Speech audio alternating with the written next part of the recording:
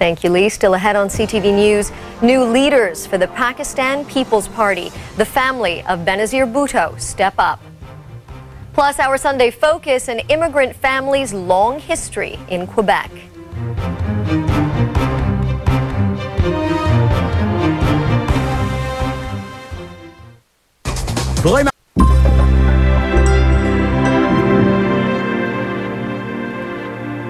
In tonight's Sunday Focus, the ever-changing face of Quebec. Caroline Van Vlartigan introduces us to one family who made their home in Montreal during very difficult times.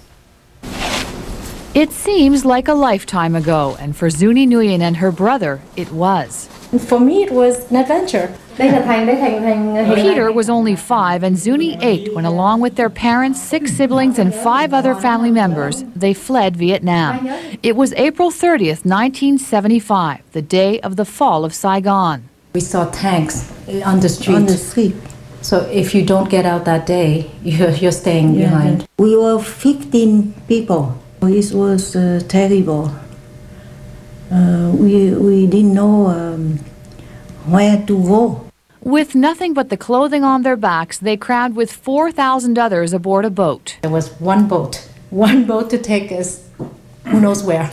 And after 4 days with no food or water, they were rescued by a Danish ship and brought to a refugee camp in Hong Kong. We arrived in Canada on June 17, 1975, from the refugee camp in Hong Kong. The Nguyens had no money and no knowledge of Quebec when they arrived.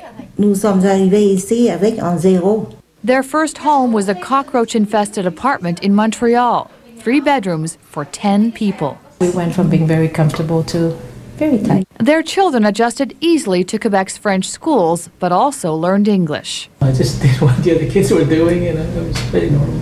All 8 of them made it through university. We blended in. We were happy to blend in, and we made a lot of friends. In fact, a lot of our friends are Canadians and Quebecer and Montrealer, and we're proud to say we're Canadian. Last year, the Nguyens celebrated 50 years of marriage, an anniversary attended by 22 proud Canadian children and grandchildren. Nous sommes très contents. Their advice to their fellow Quebecers, old and new? Why all this discussion about accommodation?